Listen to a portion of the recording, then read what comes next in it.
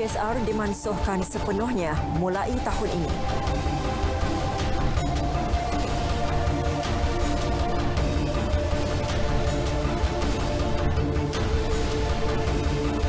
Vaksin AstraZeneca tidak akan diguna pakai dalam program vaksinasi negara.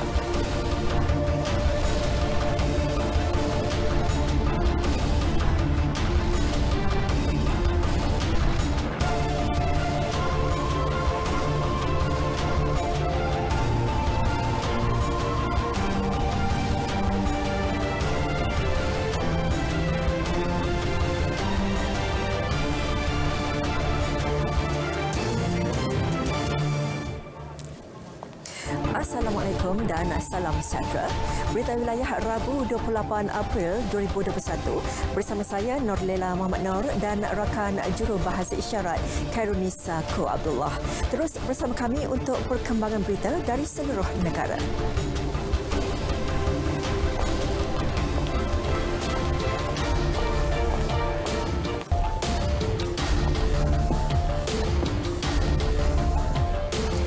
Baiklah saudara, lintas langsung negeri-negeri akan dimulakan dengan Sarawak bersama Debbie Amanda Padan. Antara tumpuannya mengenai larangan berada di luar rumah bagi penduduk di Bintulu. Seterusnya kita ke Sabah bersama Jovinia Jim Lajim dengan tumpuan reaksi penduduk berhubung PKPB di negeri itu. Dan akhir sekali ke Negeri Sembilan bersama Syafiq Azrul Zafri dengan tumpuan inisiatif elak pembaziran lebihan jualan Ramadan. Terus setia sejam bersama Berita Wilayah.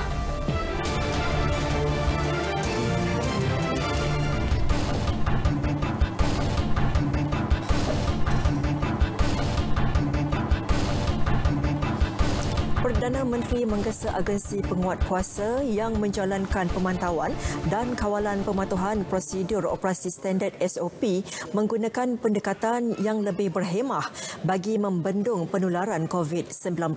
Jelas Tan Sri Muhyiddin Yassin, ketegasan penting bagi memastikan peraturan dipatuhi, tetapi dalam masa yang sama perlu ada budi bicara dan peri kemanusiaan dalam tindakan yang diambil. Ada yang berikhtiar menjalankan penjagaan kecil-kecilan untuk menampung perbelanjaan seperti menjual burger, makanan ringan, minuman ataupun hasil tanaman masing-masing. Mereka ini bukanlah pemilik syarikat ataupun pertubuhan perniagaan yang besar, tapi hanya pemegang lesen untuk berniaga sendiri secara kecil-kecilan. Jadi kalaupun nak ambil tindakan kerana melanggar SOP dan peraturan itu, kita bertimbang rasalah. Kenakan compound tapi berpada-padalah atas kadar yang munasabah. Jelasnya lagi, tindakan tegas kerajaan sahaja tidak memadai. Yang lebih penting ialah anggota masyarakat mempunyai kesedaran yang tinggi untuk mematuhi semua peraturan dan SOP yang telah ditetapkan. Pemimpin masyarakat juga perlu faham dan peka terhadap semua SOP yang telah ditetapkan, bergantung kepada perintah kawalan pergerakan yang sedang berkuat kuasa di kawasan masing-masing. Perdana Menteri berkata demikian semasa merasmikan pertandingan komuniti Zon Hijau dan penyerahan mock check program Kampung Hijau di Putrajaya. Vaksin AstraZeneca hanya akan diberi kepada individu yang mahu mengambilnya atau secara sukarela. Keputusan dibuat setelah mengambil kira kebimbangan masyarakat terhadap kesan sampingan vaksin buatan United Kingdom itu. Menteri Penyelaras Program Imunisasi COVID-19 Kebangsaan, PIK, Khairi Jamaluddin berkata, sistem tempahan janji temu khas untuk vaksin tersebut akan diwujudkan dalam tempoh terdekat. Untuk permulaan 268,600 dos vaksin AstraZeneca hanya akan diberi kepada pemohon di Kuala Lumpur dan Selangor. Ia bagi mengekang penularan jangkitan COVID-19 yang semakin membimbangkan di kedua-dua kawasan berkenaan. Vaksin AstraZeneca tidak akan diguna pakai dalam PPV biasa. Kita tidak akan pakai dalam program arus perdana imunisasi COVID-19 kebangsaan. Ya, kita akan membuka PPV khas bagi vaksin AstraZeneca dan kita akan buka kepada orang ramai yang secara sukarela dan ia akan dilaksanakan berdasarkan kaedah first come first serve kepada semua. Kita tidak hadkan kepada golongan dalam fasa 2. Setiap pemohon 18 tahun ke atas perlu terlebih dahulu melalui ujian saringan pra-vaksinasi. Hanya individu layak akan menerima vaksin AstraZeneca. Ujian pencapaian sekolah rendah UPSR dimansuhkan sepenuhnya. Menteri Kanan Pendidikan Dato' Dr. Razi Jidin berkata pemansuhan UPSR dibuat hasil libat urus dengan pelbagai pihak sejak peperiksaan itu dibatalkan tahun lalu akibat COVID-19. Pada masa yang sama, pentaksiran tingkatan 3 PT3 untuk tahun ini pula dibatalkan. Sekali sejak daripada pembatalan UPSR tahun lalu, Kementerian telah membuat penelitian tentang kaedah pentaksiran yang dilaksanakan di sekolah rendah di negara-negara lain, khususnya di negara yang mengamalkan amalan pendidikan yang terbaik. Dan kita kaji satu persatu. Susulan pemansuhan UPSR, pihaknya akan memperkasakan pentaksiran berasaskan sekolah selain pentaksiran kemasukan sekolah khusus PKSK bagi murid yang berhasrat memasuki sekolah berasrama penuh dan sebagainya. PKSK bagi murid yang berhasrat memasuki sekolah berasrama penuh dan sebagainya akan diteruskan. Tambahnya, secara umum, murid hanya melihat UPSR sebagai komponen untuk ke asrama penuh. Malah, jika dilihat pada pentaksiran PKSK yang dilaksanakan tahun lalu, hanya peratusan kecil yang mendudukinya untuk masuk ke tingkatan 1 sekolah khusus. Sekatan jalan raya yang lebih ketat akan dilaksanakan seperti yang pernah dilakukan ketika pelaksanaan Perintah Kawalan Pergerakan PKP sebelum ini. Ia bagi memastikan tiada rentas negeri dilakukan pada Aidilfitri. Walaupun PKP tidak diisytiharkan, ya, tetapi kita akan laksanakan tindakan mengetat, ya, seolah-olah PKP dilaksanakan. So, janganlah timbul lagi, ya, kecaman-kecaman kepada saya kerana jalan jam. Tambah beliau lagi, pemantauan SOP yang ketat akan dilaksanakan oleh pihak polis dan tindakan akan diambil sekiranya berlaku pelanggaran SOP. Dalam pada itu, Tan Sri Abdul Hamid turut menjelaskan bagi pemantauan dan kawalan di seluruh negara sempena Aidilfitri, semua cuti pegawai dan anggota polis dibekukan. Kita akan bekukan semua cuti, ya, semua cuti anggota pegawai dan anggota polis di Raja Malaysia. Nombor 2, kita mempunyai kekuatan yang cukup mencukupi sebagaimana kita telah laksanakan tugas waktu PKP pertama tahun lepas. Kita mempunyai kekuatan yang cukup. Pada satu-satu masa kita boleh menggerakkan 46,000 dan di waktu itu juga kita mempunyai lagi 12,000 on standby. Sekiranya keadaan menjadi gawat, lagi 12,000 boleh dikerahkan untuk membantu. Beliau menjelaskan kepada media selepas majlis penyampaian surat penghargaan tolak rasuah polis di Raja Malaysia PDRM oleh Suruhanjaya Pencegahan Rasuah Malaysia SPRM. Antara yang menerima sijil ialah 8 orang pegawai dan anggota polis dari cawangan perisikan dan siasatan khas pasukan gerakan khas yang menolak rasuah semasa tangkapan ke atas sindiket pengedaran rokok dan arak seludup di Pulau Pinang. Selain itu, 25 pegawai dan anggota juga turut menerima sijil kerana melaporkan pemberian dan penerimaan rasuah. Kerajaan Negeri Kedah mengumumkan pemberian bantuan khas keuangan Aidilfitri sebanyak RM1,000 kepada semua kaki tangan awam negeri itu. Bayaran akan dibuat sebelum sambutan Aidilfitri ini. Perkara tersebut diumumkan Menteri Besar Muhammad Sanusi Maknor. Bantuan khas berjumlah 5.3 juta ringgit itu akan dimanfaatkan oleh 5,300 kaki tangan tetap, kontrak dan pegawai yang bercuti tanpa gaji atau bercuti separuh gaji kerajaan negeri. Katanya pembayaran bantuan khas itu dapat dilaksanakan disebabkan kutipan cukai meningkat untuk suku pertama tahun ini. Utama kita cukai tanah lah. Kita pun ambil kira kerana kutipan hasil-hasil kerajaan negeri untuk first quarter tahun 2021 ini agak baik berbanding tempoh yang sama tahun lepas, Januari hingga April 2020. Sebelum tu kita tak ada kerajaan ya. Berbanding dengan tempoh yang sama tahun lepas dengan tahun ni, kutipan tahun ni lebih meningkat 105 juta berbanding tahun lepas. Beliau berkata demikian selepas mempengerusikan mesyuarat Exco di Alor Star. Katanya sektor hartanah merupakan penyumbang terbanyak bayaran cukai di negeri itu. Dalam pada itu, Elaun Jawatankuasa Pembangunan dan Keselamatan Kampung JPKK Kedah akan dibayar selewat-lewatnya 5 Mei ini.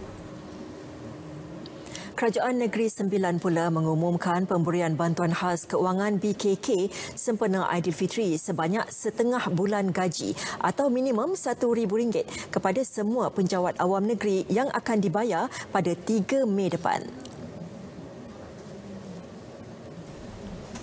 Menurut Menteri Besar Datuk Seri Aminuddin Harun, BKK tersebut melibatkan implikasi keuangan sebanyak RM9.9 juta. Kita sedia maklum bahawa sebenarnya sebahagian besar penjawat awam kita adalah di bawah B40, hampir 92%.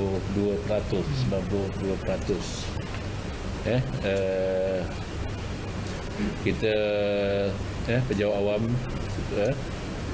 bawah daripada B40,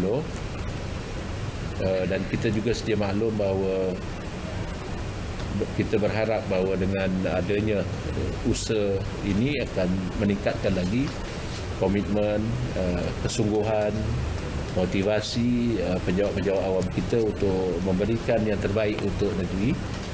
Dan kita sedia maklum kerjasama yang baik juga telah diberikan. Penerima BKK ialah seramai 5,843 penjawat awam, iaitu 3,974 anggota perkhidmatan awam Jabatan Negeri Sembilan, 1,656 pihak berkuasa tempatan serta 213 badan berkanun. Datuk Seri Aminuddin berkata demikian selepas mempengerusikan mesyuarat mingguan Exco di Wisma Negeri Seremban. Koperasi Serba Usaha Makmur Berhad Kosma mengagihkan RM37.64 juta dividen modal share dan agihan keuntungan unit ladang kepada lebih 1,000 anggotanya yang layak bermula Jumaat ini. Menteri Besar Pahang, Datuk Seri Wan Rosdi Wan Ismail berkata, dividen modal share adalah sebanyak RM18.69 juta, manakala agihan keuntungan unit ladang pula sebanyak RM18.95 juta. Datuk Seri Wan Rosdi berkata jumlah agihan keuntungan dan dividen adalah dibayar menggunakan keuntungan tahun semasa yang berakhir 31 Disember 2020 tanpa menggunakan wang rizab yang ada. Setiap anggota yang layak akan menerima 30% dividen modal share dan RM3,300 per unit bagi keuntungan unit ladang. Jadi dengan pengumuman ini saya percaya sedikit sebanyak akan memberi kelegaan kepada semua anggota koperasi. Dan nilai yang diumumkan pun bukan sikit. Kalau ada 10 unit dapat 3,300. Kalau ada 10 unit 33,000. Jadi lagi sekali saya ucapkan syabas dan tahniah kepada semua yang terlibat secara langsung dan tidak langsung. Selain itu, ahli Kosma juga layak mendapat bantuan ekonomi, derma siswa, khairat kematian, bantuan bencana dan lain-lain faedah dan kemudahan walaupun tanpa anggota lembaga koperasi ALK. Katanya beliau berbangga kerana Kosma berupaya memberi dividen yang baik kepada anggotanya walaupun negara menghadapi cabaran getir pandemik COVID-19. Jabatan Agama Islam Perak menjadi jabatan pertama di negeri itu melancarkan Pelan Tindakan Anti Rasuah Organisasi 2021-2025. Menteri Besar Perak, Datuk Sarwani Mohamad berkata, pelan berkenaan akan menjadi rangka tindakan kepada jabatan dalam memerangi rasuah bagi tempoh 4 tahun sehingga 2025. Selain menyentuh aspek anti rasuah, beliau berkata pelan itu juga banyak menyentuh aspek tadbir urus dengan lebih meluas supaya dapat diuruskan dengan baik bagi membolehkan prestasi dan perkhidmatan diberikan sebaik mungkin. Pertama dari segi ikrar, integriti, aku janji, dan sudah tentu dia ada banyak perkara tekan dalam itulah berkaitan dengan nasihat, berkaitan dengan tanggungjawab, amanah yang perlu difahami, dihayati dan dilaksanakan oleh semua kaki tangan kerajaan. Jadi tiap-tiap jabatan dia ada falsafah dan plan yang tersendiri. Sebab itu kita buat tiap-tiap satu. Beliau berkata demikian kepada pemberita selepas majlis pelancaran Pelan Tindakan Anti Rasuah di bangunan Darul Rizwan Ipoh. Berdasarkan Akta Banci 1960, semua orang awam wajib menyertai banci. Kegagalan berbuat demikian boleh membawa kepada hukuman denda tidak lebih daripada RM100 atau penjara tidak lebih 6 bulan atau kedua-duanya sekali. Meskipun negara masih berdepan penularan pandemik COVID-19, ia tidak menghalang petugas bancian melaksanakan tugas mereka sejak Banci Penduduk dan Perumahan Malaysia 2020 bermula pada 7 Julai 2020. Wartawan Muhammad Izwandi Jaludin di Labuan ada perinciannya. Pelaksanaan fasa pertama pembancian dibuat secara dalam talian dengan menggunakan kaedah e-census, manakala bancian fasa kedua telah dilaksanakan secara bersemuka bermula Februari lalu. Kaedah secara bersemuka akan dilaksanakan sehingga 30 Jun 2021 yang meliputi semua kawasan perumahan dan kediaman termasuklah di Labuan ini. Mengikut status respon operasi banci, peratusan tempat kediaman yang telah dibanci adalah sebanyak 39.5% ataupun 9,500 buah tempat kediaman, manakala jumlah penduduk yang telah selesai dibanci di Labuan adalah seramai 33,000 ataupun sebanyak 32.4%. Menurut beliau, data yang diperolehi masih di tahap rendah. Justru beliau menyeru kepada penduduk untuk memberi kerjasama sepenuhnya melalui bancian pada kali ini. Kita ada pembagian blok penghitungan daripada 80 hingga 120 tempat kediaman. Kita ada 251 blok di Labuan. Jadi 251 blok tu purata dalam pembanci seramai 50 orang, lebih kurang 5 blok penghitungan lah untuk seorang pembanci. Jelas beliau, susulan penularan COVID-19, bancian yang dilakukan perlu mengikuti prosedur operasi standard SOP ditetapkan Majlis Keselamatan Negara MKN dan Kementerian Kesihatan KKM. Cabaran tu memang banyak, terutama macam di rumah perumahan memang banyak anjing lah. Dan yang kedua, di mana jika kami pergi sesebuah rumah tiada orang, jadi itu menyukarkan kerja kami lagi lah. Inisiatif lain kami ada buat untuk bancian sebelah malam juga, jika orang tu tiada di rumah lah. Untuk yang macam jika orang tiada di rumah, kita akan datang esoknya ataupun lusa harinya sehingga sampai ke tahap yang macam kita dah lebih 3 kali, kemungkinan kita akan bagi sampel surat yang daripada Jabatan Perangkaan untuk dibuat lawatan semula lah. Pelaksanaan banci penduduk dan perumahan adalah penting bagi mengenal pasti saiz, taburan, komposisi dan ciri sosioekonomi penduduk serta perumahan di Malaysia. Maklumat yang diperolehi akan digunakan untuk merancang, menggubal dan melaksanakan polisi kerajaan Malaysia untuk tujuan pembangunan negara dan kepentingan rakyat pada masa depan. Berikan kerjasama anda, data anda, masa depan kita. Muhammad Izwandi untuk Berita RTM.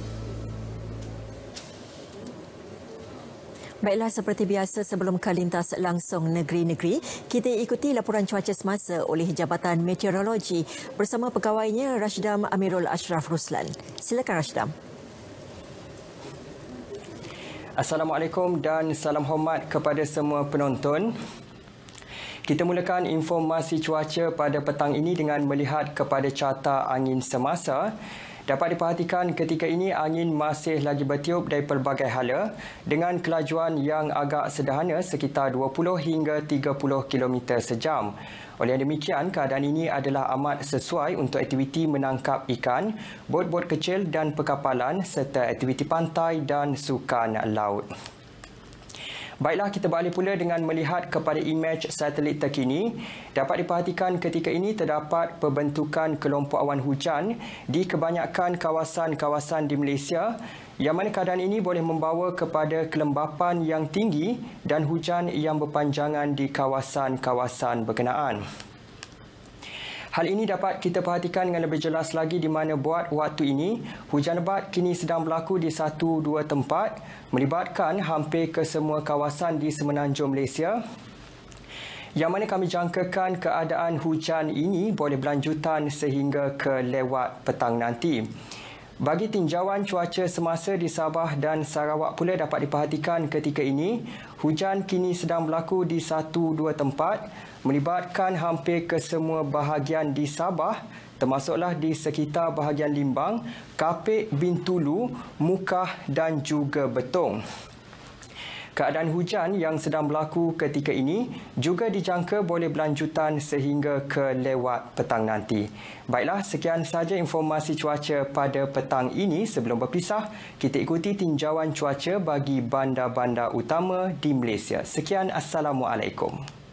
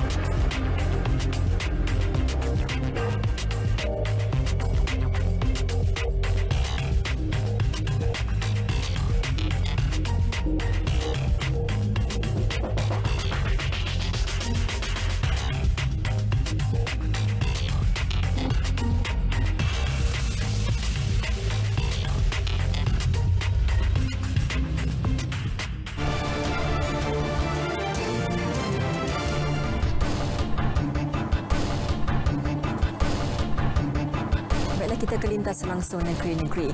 Penduduk di Bintulu tidak dibenarkan berada di luar rumah selepas pukul 8 malam.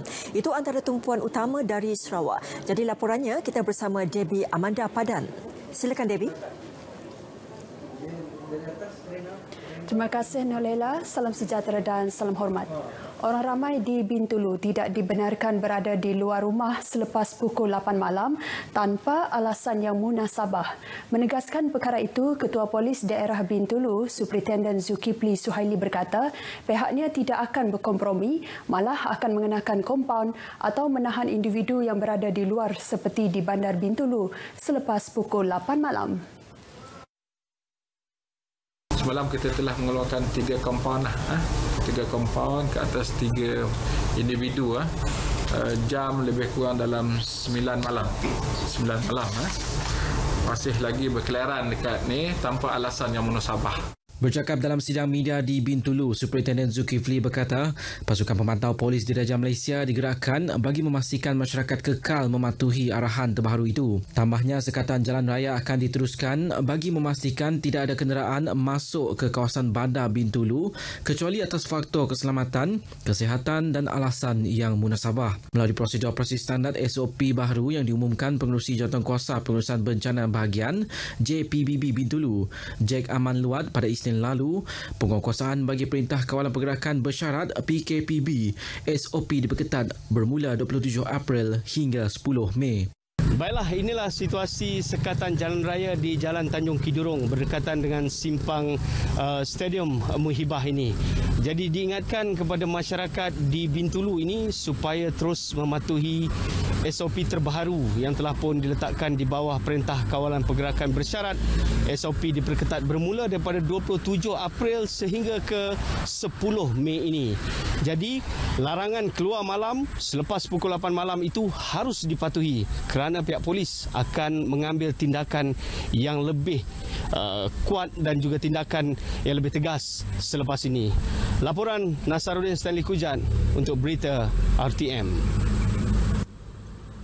Lebih 100 pesakit COVID-19 di Bintulu yang tidak dapat dikesan sejak 14 hingga 21 April lepas telah ditemui. Ahli Parlimen Bintulu Dato' Sri Tiong King Sing dalam satu kenyataan memberitahu pihak berkuasa tidak akan bertolak ansur sekiranya perkara sama berulang. Tegasnya, pesakit yang cuba menyembunyikan diri semasa dikesan oleh Kementerian Kesihatan untuk menjalani kuarantin akan dikenakan tindakan tegas. Ini kerana perbuatan tersebut hanya akan membawa akibat penyebaran penyakit semakin meluas dan menjejaskan kesihatan dan keselamatan masyarakat. Mereka boleh didakwa di bawah Seksyen 342 Akta Kawalan dan Pencegahan Penyakit Berjangkit 1988. Datuk Seri Tiong berkata individu yang telah didiagnosis harus mengambil inisiatif untuk bekerjasama dengan pihak berkuasa. Beliau juga meminta pesakit yang telah menghilangkan diri bagi tempoh tersebut harus jujur maklumkan kepada kaki tangan Pejabat Kesihatan bahagian Bintulu yang melakukan siasatan berkaitan sejarah pergerakan mereka. Ini bagi membolehkan PKB mengesan kontak rapat dan kawasan terlibat. Daerah Bukit Mabong Kapit kini merupakan antara daerah yang terjejas teruk kerana pandemik COVID-19. Ini berikutan kluster Putai iaitu melibatkan kawasan pembinaan projek hidroelektrik HEP Baleh. Timbalan Ketua Menteri Tan Sri Dato' Ahmad Dr. James Jemut Masing menerusi satu kenyataan di laman Facebooknya memberitahu setakat 27 April lepas 308 orang di kawasan itu didapati positif COVID-19 daripada 950 orang yang telah menjalani ujian calitan. Manakala 65 lagi kini dikategorikan sebagai pesakit dalam siasatan. Tambahnya jangkitan itu mungkin belum berakhir walaupun semua keputusan ujian calitan di kawasan itu sudah diperolehi. Dato' Ahmad Dr. James yang juga Ahli Dewan Undangan Negeri Baleh juga menegaskan syarikat pembinaan dan Sarawak Energy Berhad perlu menyediakan kemudahan kuarantin di tapak pembinaan itu di bawah pusat kuarantin dan rawatan pesakit COVID-19 berisiko rendah PKRC. Beliau mengingatkan pentingnya usaha melindungi kawasan luar bandar terutamanya mereka yang tinggal di rumah-rumah panjang daripada jangkitan COVID-19. Justru semua pihak perlu mematuhi prosedur operasi standard yang digariskan Kementerian Kesihatan dan Jawatankuasa Pengurusan Bencana Negeri bagi mengelakkan penularan tersebut. Sementara itu, pengesanan kes secara aktif ACD COVID-19 akan dilaksanakan di Dewan Masyarakat Tekuk di Sibu pada Jumaat ini. Pegawai Kesihatan Bahagian Sibu, Dr. Teh Johun, dalam kenyataan medianya memberitahu ACD yang dilaksanakan di lokasi berkenaan melibatkan penduduk yang tinggal di zon Bahagia Jaya di Sibu. Jelasnya ACD tersebut akan bermula pada pukul 8 pagi sehingga 5 petang. Dr. Teh memaklumkan penduduk di zon Bahagia Jaya diseru menghadiri ACD tersebut untuk melakukan ujian calitan COVID-19 masing-masing. Mereka yang hadir perlu membawa kad pengenalan, mematuhi penjarakan fizikal, memakai pelitup separuh muka dan memaklumkan nombor telefon yang boleh dihubungi. Persatuan Kontraktor Melayu Malaysia PKMM Sarawak bercadang untuk mewujudkan tabung kebajikan bagi membantu pelajar Sarawak melanjutkan pelajaran sama ada di Semenanjung ataupun di luar negara. Yang di-Pertuannya Dato' Ismail Suud berkata, dengan adanya tabung tersebut ia dapat membantu pelajar Sarawak dalam bidang akademik. Jelasnya penubuhan tabung kebajikan berkenaan akan dilaksana tahun depan dengan sasaran kutipan sehingga RM2 juta selepas mendapat persetujuan ahli-ahli persatuan dan kerajaan negeri. Untuk membantu supaya pelajar-pelajar kita dapat menyambungkan pelajaran dengan adanya sumbangan daripada kontraktor yang telah terlibat dalam projek-projek yang dianugerahkan oleh kerajaan. Beliau menyatakan demikian kepada media selepas mengadakan kunjungan hormat terhadap Ketua Menteri Datuk Patinggi Abang Johari Tonopeng di Wisma Bapa Malaysia Petrojaya Kuching. Mengenai kunjungan tersebut, Datuk Ismail berkata ia bertujuan bagi memaklumkan Ketua Menteri mengenai perkembangan persatuan, aktiviti dan perancangan persatuan untuk turut serta dalam projek-projek pembangunan kerajaan negeri khususnya ketika pandemik COVID-19. Kunjungan ini juga bagi menjemput Ketua Menteri hadir ke Majlis Makan Malam sempena Mesyuarat Agong tahunan kali ke-22 pada Jun depan. Terdahulu, Datuk Patinggi Abang Johari Tonopeng turut menerima kunjungan hormat dari Ahli Jawatankuasa Masjid Al-Ghazali yang diketuai oleh Sumardi Ghazali. Kunjungan tersebut adalah bagi menjemput Ketua Menteri untuk bersolat tarawih sekaligus menyempurnakan majlis ringkas perasmian Masjid Al-Ghazali dalam tempoh terdekat. Baik, sekian berita dari Sarawak. Kita kembali bersama Norlela di Angkasa Puri. Silakan Norlela. Debbie, terima kasih. Pelaksanaan semula Perintah Kawalan Pergerakan Bersyarat PKPB di Sabah bermula 17 Mei ini mendapat reaksi pelbagai daripada orang ramai, terutamanya menjelang sambutan Aidilfitri. Dan untuk laporannya, kita bersama Jovinia Jim Lajim di Studio Berita RTM Sabah. Silakan Jovi. Baik Norlela, terima kasih. Selamat petang dan salam sejahtera. Pelaksanaan semula Perintah Kawalan Pergerakan Bersyarat PKPB di Sabah bermula esok hingga 17 Mei ini mendapat reaksi pelbagai daripada orang ramai. Walaupun akur dengan keputusan tersebut, beberapa individu yang ditemui RTM melahirkan rasa sedih kerana tidak dapat pulang ke kampung halaman menjelang Hari Raya Aidilfitri. PKPB di Sabah ni memang wajarlah untuk diteruskan oleh pihak kerajaan. Ianya kerana bagi saya penting untuk mengekang penularan COVID daripada berleluasa. Tapi kita memohon agar pihak kerajaan dapat melonggarkanlah sedikit daripada SOP yang sedang yang bakal dilaksanakan. Dekat 2 tahun sudah tidak balik kampung. Bukan kita tidak boleh balik, kita boleh balik kampung dengan kebenaran polis. Tapi kalau untuk yang berkumpul setahun sekali ini, kita beraya tanpa family. Bagi saya kan benda ni mungkin kita boleh buat di tempat yang red zone sahaja sebab kita mengambil kira kita punya keselamatan dan kesihatan. Tapi dia sangat-sangat bukan bilang tidak bagus, tapi dia menjejaskan ekonomi kita sebab dia kalau kita kasih semua bersyarat ni, kita ada yang lama sudah tidak balik kampung. Pelaksanaan PKPB di Sabah diumum Menteri Kanan Keselamatan Datuk Seri Ismail Sabri Yaakob semalam susulan peningkatan zon merah serta 33 lokaliti masih berada di bawah penguatkuasaan Perintah Kawalan Pergerakan diperketatkan PKPD. Kerajaan negeri melalui Pusat Bantuan Bencana terus menyalurkan bantuan bakul makanan kepada penduduk yang terjejas akibat pelaksanaan Perintah Kawalan Pergerakan diperketatkan PKPD di 33 lokaliti. Di Tawau, seramai 1,750 ketua isi rumah KIR di Kampung Titingan menerima bantuan berkenaan yang disampaikan Pembantu Menteri Keuangan Sabah, Datuk Nizam Abu Bakar Titingan. Bercakap kepada pemberita RTM selepas majlis penyampaian bakul makanan, Datuk Nizam yang juga Adun Apas berharap bantuan berupa barangan keperluan harian dapat meringankan beban penduduk sepanjang tempoh PKPD. Selain itu, beliau juga mahu penduduk di kawasan PKPD sentiasa mematuhi SOP agar penularan jangkitan dapat dibendung. Tidak ada cara lain lagi. Yang terbaik, yang berkesan ialah kita mematuhi segala SOP yang ditetapkan. Iaitu kita jangan keluar daripada rumah. Kita keluar bila penting dan bila perlu sahaja. Kita sentiasa menjaga kebersihan dan juga memakai pelitup muka. PKPD di Kampung Titingan yang sepatutnya tamat 25 April dilanjutkan hingga 9 Mei ini berikutan masih berlaku penularan COVID-19 dalam kalangan penduduk. Kementerian Perdagangan Dalam Negeri dan Hal Ehwal Pengguna KPDN HEP Sabah mengambil tindakan terhadap seorang peniaga yang didapati menggunakan alat timbang dan sukat yang tidak ditentusahkan. Tindakan diambil di bawah Akta Timbang dan Sukat 1972. Pengarah KPDN-HEP Sabah Georgie Abbas dalam satu kenyataan menjelaskan kesalahan tersebut dikesan menerusi Ops Pantau semalam.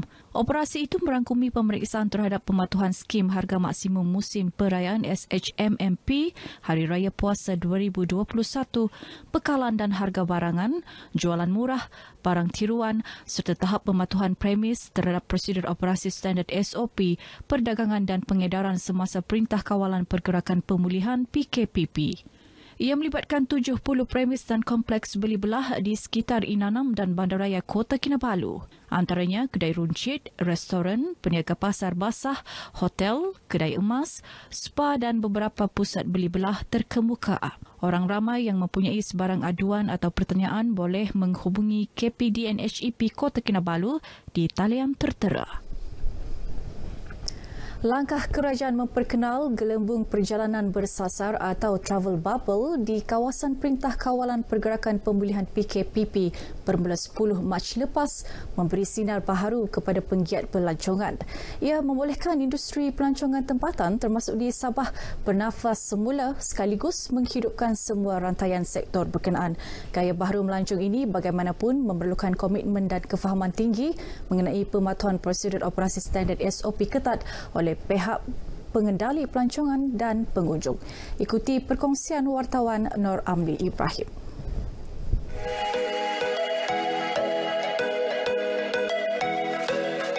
Gelembung perjalanan bersasar tertakluk kepada penggunaan perkhidmatan agensi pelancongan berdaftar, merangkumi khidmat pengangkutan dan penginapan.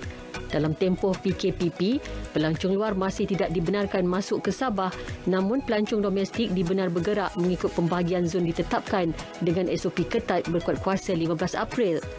Sehingga kini 2 syarikat pelancongan di Sabah diberi kelulusan bagi pelaksanaan gelembung perjalanan di negeri ini. Memanfaatkan inisiatif berkenaan, Pusat Peranginan Sutera Harbour mula membawa pelancong domestik dari Sutera Harbour Resort dan Spa Kota Kinabalu ke satu lagi resort miliknya, Sutera Mantanani di Pulau Mantanani Besar, Kota Belud. Sejak bermula, kadar penginapan pusat peranginan ini meningkat iaitu melebihi 60% dan mencecah 90% pada hujung minggu. Pekerja-pekerja kami pun juga dilatih dan diberi taklimat yang teliti tentang SOP yang disediakan oleh Kementerian Pelancongan. Ini untuk memastikan keselamatan bukan saja dari sudut pengunjung tapi juga dari sudut kami di sini yang menerima pengunjung yang datang kepada resort kami. Pengoperasian resort di Pulau Mantanani turut membawa impak positif kepada komuniti setempat. Saya menyeru kepada players, pengusaha pelancongan untuk kalau boleh memberikan keutamaan pembabitan serta penyertaan masyarakat setempat, dan ini semua akan sudah pasti memberikan pulangan yang baik kepada ekonomi. Kemasukan pembinaan pengusaha-pengusaha resort di pulau ini ada satu petanda yang baik dan ia boleh menambahkan pendapatan ekonomi dan memberi peluang pekerjaan kepada penduduk kampung yang punya kemahiran masing-masing. Kira syukur jugalah kepada yang pengusaha-pengusaha resort, dia bagi peluang kepada anak-anak pulau lah untuk yang kira macam bagi peluang untuk pekerjaan. Saya rasa dapat kerja lah sebab kalau sejak PKP ini susah juga kan. Sebab time tu saya part time saja untuk pengurangan kerja kan. Jadi saya berhenti selama 1 tahun. Happy lah dapat kerja balik. Janaan pendapatan melalui pengaktifan gelembung perjalanan bersasar ini membuktikan ia inisiatif tepat dalam tempoh pandemik. Merupakan trend popular telah diambil oleh negara-negara luar dalam mempromosikan pelancongan antarabangsa dengan menitik beratkan aspek keselamatan dan keselesaan pelancong. Dan bagi negeri Sabah, pemilihan negara seperti Singapura yang mempunyai nilai mata wang lebih tinggi sebagai satu bonus kerana ianya akan membantu menjadi pencetus ekonomi domestik kita. Pelaksanaan gelembung perjalanan adalah usaha membantu memulihkan ekonomi negeri dan negara serta membolehkan orang ramai bergerak ke lokasi lain untuk tujuan melancong. Justru patuhi SOP, jaga diri anda, keluarga anda serta orang di sekeliling anda. Kita jaga kita. Amli Ibrahim, Berita RTM.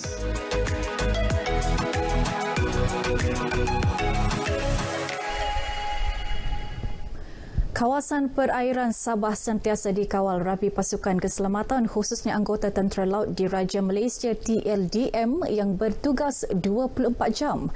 Ia antara lain bertujuan mengekang sebarang aktiviti rentas sempadan dan mematahkan cubaan masuk pendatang asing tanpa izin dari negara jiran. Tidak ada kompromi yang diterima oleh TLDM. Kita sentiasa menitik beratkan tahap kesiagaan dengan menentukan segala aktiviti dan juga perkara yang perlu dilakukan bagi menentukan kesiagaan aset kita dilaksanakan tanpa gagal.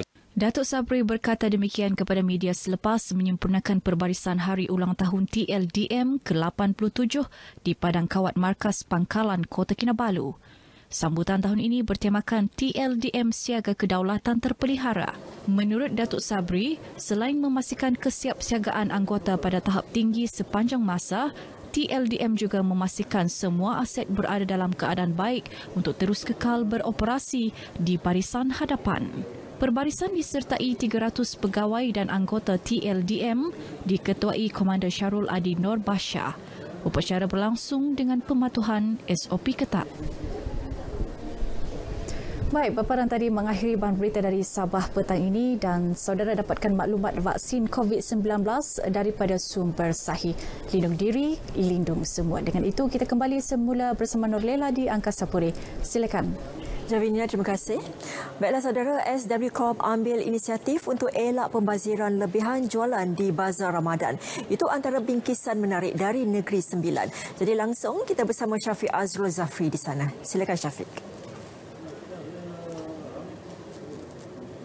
Ramadan menjadi bulan pembuka peluang bagi umat Islam untuk terus memburu pahala berganda menerusi amalan kebaikan. Mengambil peristiwa turunnya Al-Quran pada 17 Ramadan kepada Nabi Muhammad sallallahu alaihi wasallam, amalan bertadarus menjadi pengisian pilihan sepanjang Ramadan dalam usaha memanfaatkan fadilat kitab suci itu. Penceramah bebas Nur Azman Muhammad berkata, Al-Quran kekal relevan sehingga hari ini sebagai pegangan dan panduan dalam kehidupan yang mampu menyelesaikan masalah, khususnya bagi orang beriman. Allah menjanjikan di dalam Al-Quran, apabila turunnya Al-Quran, Allah Subhanahu Wa Taala menjanjikan ia adalah sebagai penyelesaian bagi seluruh masalah yang berlaku di kalangan umat manusia pada ketika itu.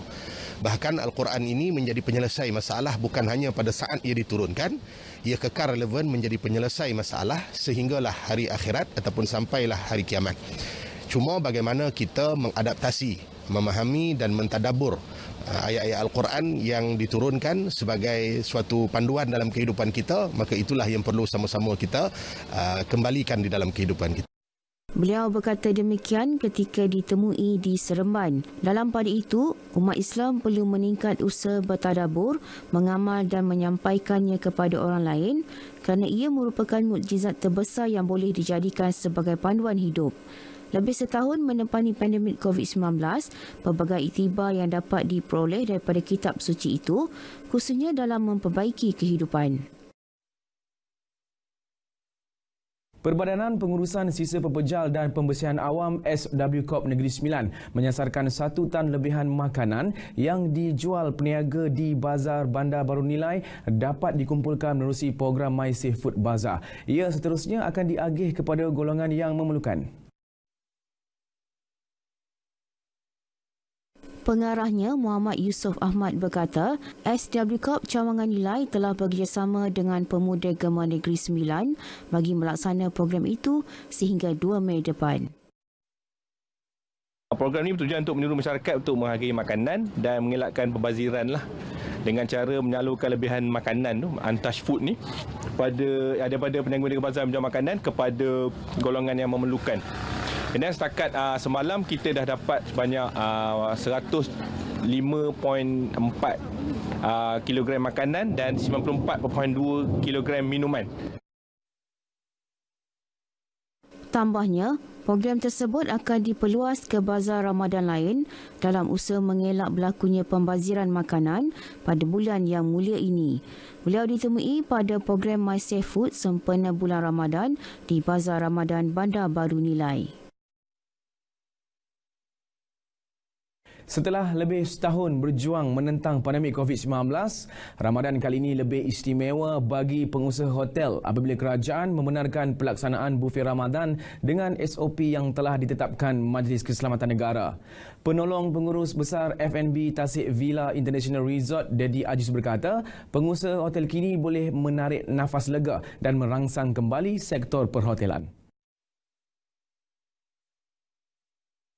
Meskipun bufet Ramadan perlu dilaksana dengan amalan normal baharu, namun ia diterima baik oleh pengunjung.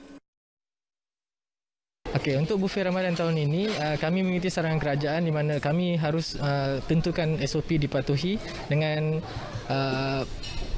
penjarakan sosial dan pelaksanaan aplikasi MySejahtera di semasa datang. Dan untuk bufet pula, tetamu haruslah beratur dengan social distancing dan pramusaji akan berada di tempat mengambil makanan untuk menolong tetamu untuk mengambil makanan. Dengan keadaan ini consider kita dah setahun lebih dalam norma baru ni dan pelanggan agak terbiasa, sudah biasa dengan keadaan ni. So tak ada yang orang kata surprise element di sini.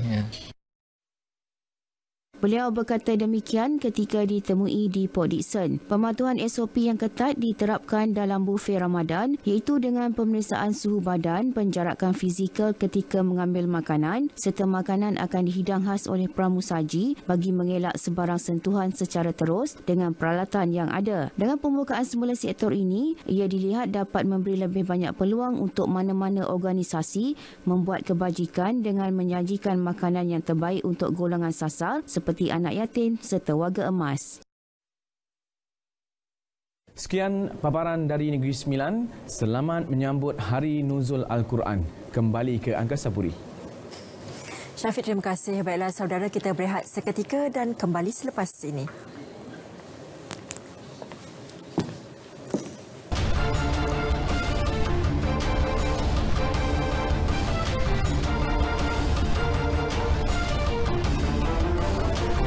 Sukan Paralimpik Tokyo yang dijadual pada 24 Ogos hingga 5 September depan. Presiden Majlis Paralimpik Malaysia MPM, Datuk Seri Magadi Syariman Zaharuddin berkata, sasaran 35 atlet layak ke tamasya tersebut yang ditetapkan Majlis Sukan Negara MSN adalah realistik. Beliau yang juga merupakan Ketua Kontingen Negara ke tamasya itu yakin sasaran ditetapkan MSN itu mampu dicapai dan berharap segala perancangan serta persediaan berjalan lancar. Jika ada atlet para yang tidak berjaya melayakkan diri, ujarnya, mungkin disebabkan kekangan pandemik COVID-19 yang melanda seluruh dunia ketika ini. InsyaAllah masih lagi dengan progress because the tournament is still going on. So the number target yang KPMSN bagi itu wajar kerana memang kena ada target dan that's what the initial plan. So kalau tak tercapai itu kerana adalah kekangan yang kita hadapi iaitu COVID and then travelling issues. So saya rasakan that target has to be put. Semangat atlet kena ada, target untuk setiap persatuan itu perlu ada dan saya percaya we will arrive to that number when it's needed and we will also announce it nanti apabila bila tiba masanya dan saya rasa kita harus be optimistic and stay positive dan saya bersetuju dengan Datuk KP. Ahad lalu, Ketua Pengarah MSN, Datuk Ahmad Syapawi Ismail berkata, MSN menjangkakan sebanyak 33 atlet kebangsaan dan 35 atlet Paralimpik layak ke Tokyo 2020. Setakat ini, 10 atlet para daripada 5 sukan telah layak ke tamasya tersebut. Dalam perkembangan lain, Datuk Seri Megat yang juga Presiden Majlis Paralimpik Malaysia MPM memaklumkan atlet para yang telah menerima suntikan dos pertama vaksin COVID-19 baru-baru ini tidak mengalami sebarang komplikasi. Beliau berharap proses suntikan dos kedua yang dijadual pada 4 Mei ini berjalan lancar. They all okay and I think minggu depan kita punya second dose will be on the 4th of May dan saya pun berdoa dan berharap semua atlet dan juga official atau mana-mana stakeholder pun pergi, alhamdulillah tak ada masalah.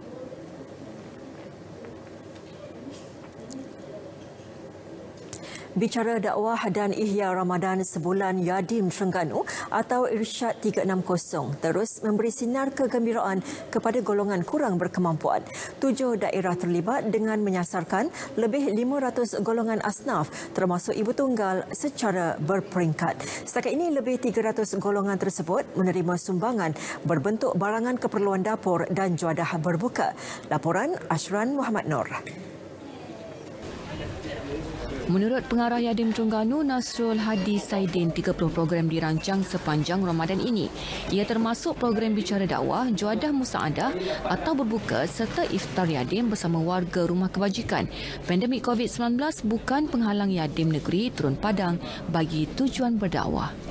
Yadim sebenarnya mengandungkan program musaadah berupa juadah berbuka puasa ini sejak bermula pada tahun inilah sebenarnya. Tapi sebelum itu lagi Yadim sudah mula mendekati masyarakat yang asnaf terutamanya dan golongan miskin ni memang sejak dulu, sejak beberapa tahun lepas lah, sejak kita mula berada di Terengganu 2006. Bagi golongan penerima, sumbangan seumpama itu amat dihargai, lebih-lebih lagi kehidupan yang tidak menentu di era pandemik ini. Alhamdulillah dengan bantuan ni dapatlah menceritakan suasana Ramadan bulan tahun ni. Dengan suasana COVID ni sebab kita nak keluar-keluar pun tak boleh kan. Tu je lah, terima kasih banyak semua. Semoga Yadim ni akan diluaskan lagi lah dapat membantu orang-orang seperti kami. Terima kasih banyak-banyak lah kepada Yadim dan semua seluruh ni lah yang membantu kami. Apa yang pasti, usaha dakwah Yadim ini mendapat sokongan kuat para sukarelawan dan keahlian lebih ramai masih diperlukan. Sejak ditubuhkan pada 2006, lebih 400 sukarelawan yang aktif digerakkan dalam misi bantuan di Terengganu. Terdetik hati saya untuk menyertai Yadim ni sebab saya tengok sukarelawan Yadim ni kebanyakannya melibatkan masyarakat. Jadi saya berasa seronok bila bersama masyarakat.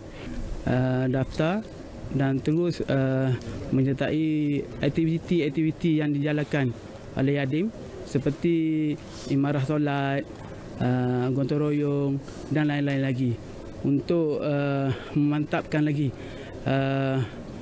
disiplin diri kita. Kerjasama yang baik antara rakan agensi seperti Institut Modal Insan Terengganu, Yayasan Islam Negeri dan Persatuan Ibu Tunggal juga melancarkan lagi program di 7 daerah terlibat.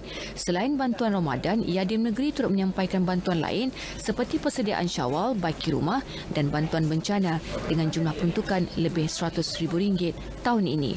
Nur Ashran Muhammad Nur, Berita RTM. Baiklah saudara, berita wilayah berakhir di sini. Terus patuhi SOP pencegahan COVID-19. Lindung diri, lindung semua. Saya Nurlela Muhammad Nur. Assalamualaikum dan jumpa lagi.